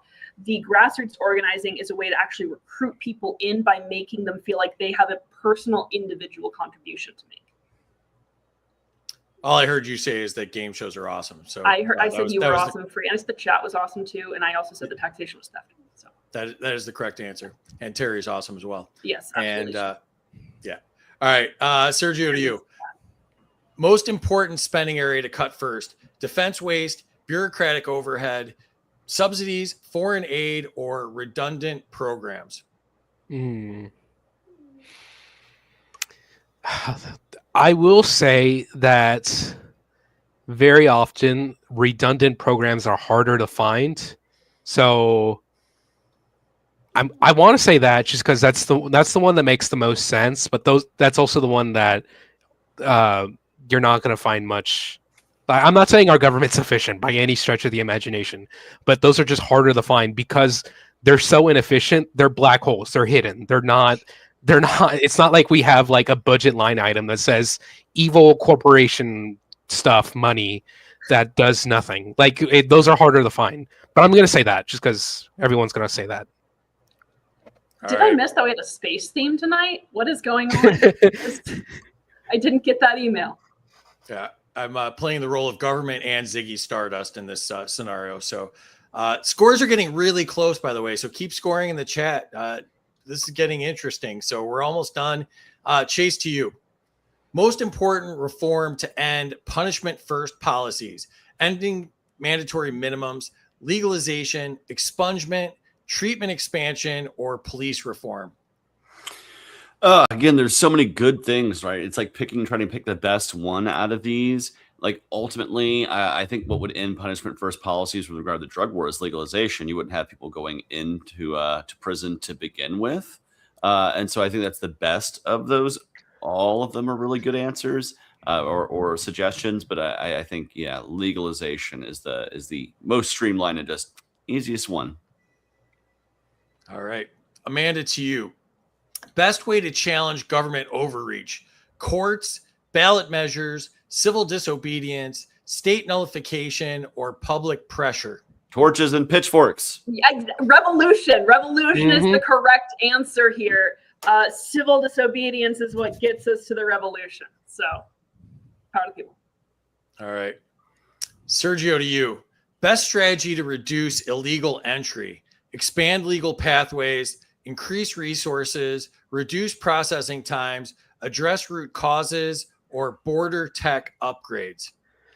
Man, you make this really hard. Okay. Well, first, I'm personally on the line that there's very little, like, the idea of illegal entry is so small of a real thing to me. But I would say really address the root causes. Cat's coming back.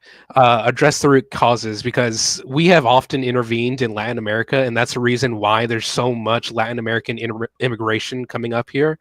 Like, we've overthrown their governments, we've funded death squads that have killed so many people, and we're also behind a lot of the drug empires that currently thrive in Latin America. So, like, really, we need to address the root causes if we're gonna fix this issue first. All right. Last question of the night. And this is a new take on the game that I like to call Blank the Government. And this was sent to me by my buddy and subscriber, Chris Townsend. He came up with this idea. He's been giving me ideas, and I've been telling him no for a while, but this one was actually a really good one.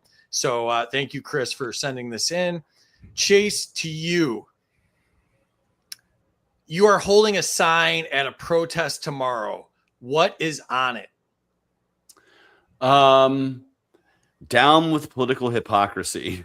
I'm really sick and tired of seeing Republicans cheering actions that they would boo when Democrats do it, and vice versa. And we're seeing it today, even with Chuck Schumer poo-pooing the Venezuelan boat strikes when he had nothing to say, when Barack Obama was doing the exact same kind of undeclared drone strikes in the case that even killed an American citizen. So down with political hypocrisy, a curse on both your houses. Is that all on the sign? Yeah, all of that. No. What font size are you looking at? And then I explain all Font that. size 11. Paramount 0.002. It's a very large sign. I get it. I get it. Down That is a with billboard. hypocrisy. there's a subtle difference between a sign and a scroll. Been So practicing my sign lifting. Yeah. yeah. All right. So Amanda, to you, same question. You're holding a sign at a protest tomorrow. What is on it? Get your state out of our revolution. That's a reference some people aren't going to get, but get your state out of our revolution. All right. Sergio, to you, same question. You're holding a sign at a protest tomorrow. What is on it? Release the Epstein files. I feel like so much of this administration's like rhetoric is just to distract from the fact that Donald Trump is probably on the Epstein files. Actually, I'm fully convinced that he is. So I feel like the more we talk about it, the more he gets angered on his little throne in the White House. So that's what I'd put on my sign. All right. Enter your scores in the chat if you have not done so already. Tell us who you think won. Tell us what you thought of the show. Reshare it so people can watch the replay. If you watch it at 1.5 speed, we're twice as funny or 50% funnier or some sort of math. But let's jump into the chat one last time here and see what's going on. Oh, yeah, Terry got points for flipping me off. Here we go. Points to Chase for no qualified immunity. Points to Chase for same. Points to Amanda for telling Free why his question is bad. Yeah, that's you got points for it. Usually you lose points for telling me I'm dumb. Points to Terry. I'm getting flipping me off. Here we go. Terry for representing the birds. Yeah, the libertarians. Yep, perfect. Points to Terry for screenshot material. Points to Sergio for letting me scrape all those OnlyFans videos from Twitter. I was young and I needed the money. Oh, boy. 200 to Amanda for having firsthand experience that think tanks aren't making the movement. Points to Amanda for supporting the I should be able to own a kangaroo caucus. Points to Sergio for cutting off black holes. 100 bonus points to Chase for deficit reference. 100 to Sergio, transparency of spending is key. Points to Chase, stop blowing up random people with drones. Points to Amanda for all the above. Anti-war to the core. 200 to Chase for a steadfast anti-war activism. One of the best anti-war voices out there. Keep doing it, Chase. You're awesome. 100 to Amanda. Innovation is our strength. 200 to Sergio for case-by-case review. My daughter-in-law is still waiting 10 years later. 200 to Sergio for states deciding who gets to immigrate to their states. I keep saying that, and everybody keeps going against me. So I appreciate that Sergio did that as well. 200 to Chase. Abolish mandatory minimums. 100 to Chase for abolishing mandatory minimums. Points to Amanda for fun facts. Points to Chase for standing up to big prison cafeterias. 200 to Griff for free association worker co-ops. Agorist markets for the win. Points to Sergio for the cat again. Here we go. Points to Amanda. Co-ops are awesome. Points to Amanda for a Metallica Machiavelli shirt. That's pretty cool. Points to Chase for string auditing program. 100 to Amanda for not taking the cop out. 100 to Chase, legal representation is key. 200 to Amanda for acknowledging the importance of Free's game show for liberty indoctrination. Points to Amanda as grassroots is literally the only way things have ever been changed. 100 to Amanda for game shows and something else she said that I wasn't paying attention to. Too much Netflix, man. Yeah. Points to Sergio for eliminating redundant processes. Doge. I think they killed Doge, though. Did. Well, they got rid of a government agency, so there's that. Yeah, they that's true. They had Kristi Noem take Doge out behind. It. Oh, yeah. Very good. Poor little puppy Doge. Yep. Oh, gosh. 100 to Amanda for revolution. Legalize. 200 to Chase. 100 to Amanda and Chase for revolution. Civil disobedience is punk as hell. 200 to Amanda. 100 to Amanda for revolution, which I'll totally do after I binge this season of Stranger Things again. So much gulag. So much right now. Revolution or gulag. 100 to Sergio for calling the cat over for more points. Done. 200 to Chase for political hypocrisy. 200 to Chase down with political hypocrisy. 200 to each of those awesome protest signs. -1 to Sergio. 535 people in DC are in those files until proven otherwise. I agree. I'll take the over on that. 100 to all three of them for not being in Florida. That's uncool. 100 to Sergio for reminding everyone Trump was friends with Epstein and not a libertarian because he had friends. I was told he was a libertarian. Well, they we say have because a he had libertarian friends. POTUS. We have a libertarian POTUS. That's Remember, right. remember that, Waiting for everyone. my cabinet appointment, y'all. Yeah, right. $1 million to Sergio for releasing the Epstein files, 200 for the Epstein files, 100 points for Chase for being the straightest person on this panel. Right. I'm the host. I'm not on the panel. He's still on the show on the screen, so there's that. Yeah. Boom, Sergio, 200 released the files, 100 to Chase for the gnome reference. Christy You Gnome. kind of went. Oh. You kind of went gnome there. There's Ryan Woodcraft of the historic Victory Woodcraft. 100 to Chase for being the only one to campaign in El Paso. Yeah, that was awesome. Ryan, congratulations. 100 on to your historic Amanda victory. for Sorry. what's that? I congratulated Ryan on his historic victory. Yeah. As well. And Yeah. 100 to Amanda for putting up with Kyle. That should be higher, but you're not a subscriber, Ryan. You cheap dude. All right. All right. Let's do it one last time. Let's see how it turned out. We've got a second victory for Chase, 73-42. Amanda made it close at 69-22, and Sergio was right there too at 67-99. So it was a good one. So Sergio, third place, first time on the show. What'd you think, buddy? Yeah, I mean, I made up some ground in the second and third rounds, but I'm a little far behind. And you can follow Sergio on X at Sergio for Liberty. He is the chair of the Classical Liberal Caucus. Sergio, plug your stuff one more time and the fundraiser, please. Yes, lpclc.org. That's our website. That's where a lot of our stuff is found. We've got our 2026 convention plan posted on the website. We're showing up to as many state conventions as we can, but that all depends on how much money we fundraise, because state convention fees are really expensive for some reason, but they're necessary.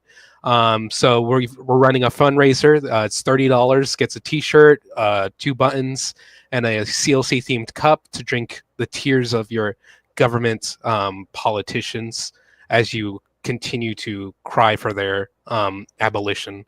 There's that. You can follow us on Twitter. We've got some engagement on Twitter. I'm trying to remember the handle right now. I think it's LP_CLC. But yeah, we are the Classical Liberal Caucus. We're here arguing for classical liberalism in the Libertarian Party, and we're trying to help local candidates like Ryan, get elected. And we also have cats, as shown. It is LP_CLC. So you are All correct. Right. Too bad the points are over with, because that was a correct answer. So, but thanks for doing this, man. Appreciate having you. Amanda, second place. What did you think? Because of this rampant felinism, I mean, it's gross. It's just I had so much fun, and it was great to be on with all of y'all. It was great to be hanging out with the chat as always. So yeah, had a blast.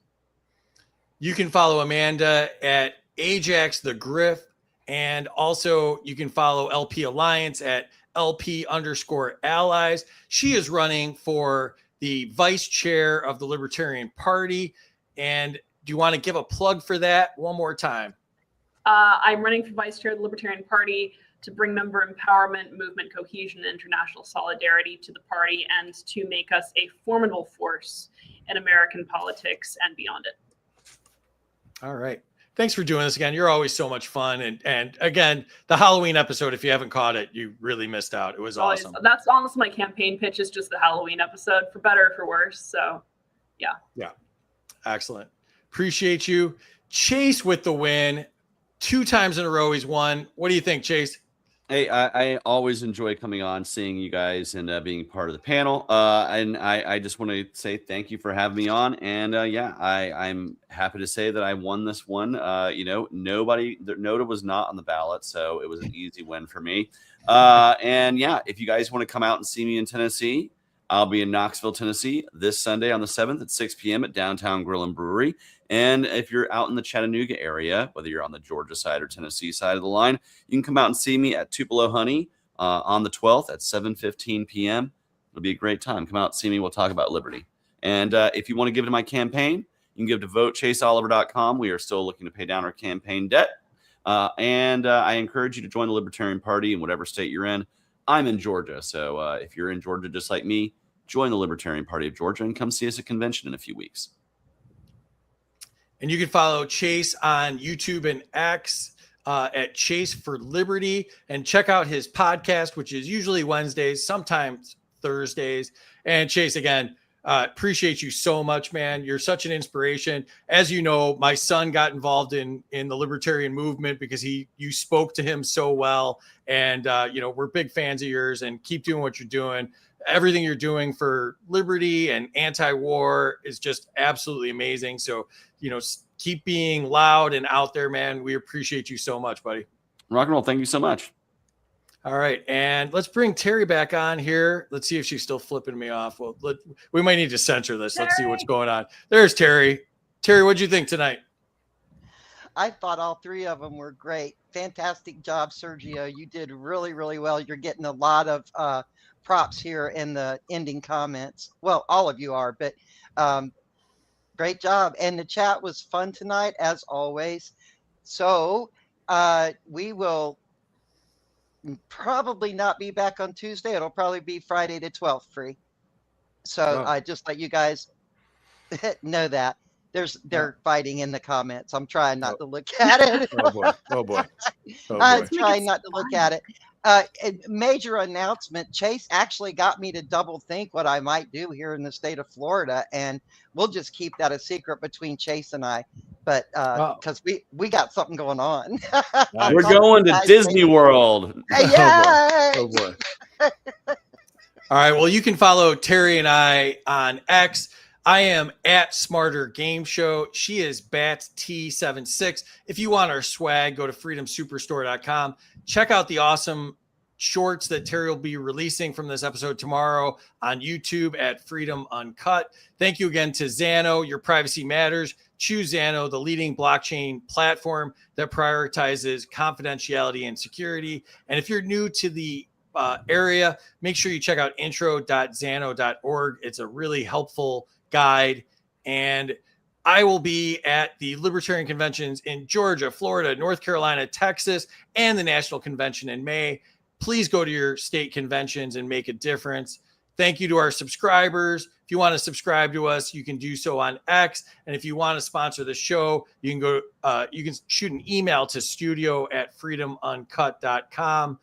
Appreciate everybody in the chat. This is a lot of fun. You guys make it awesome. We appreciate y'all. And thanks to everybody on the panel tonight. This is a great time.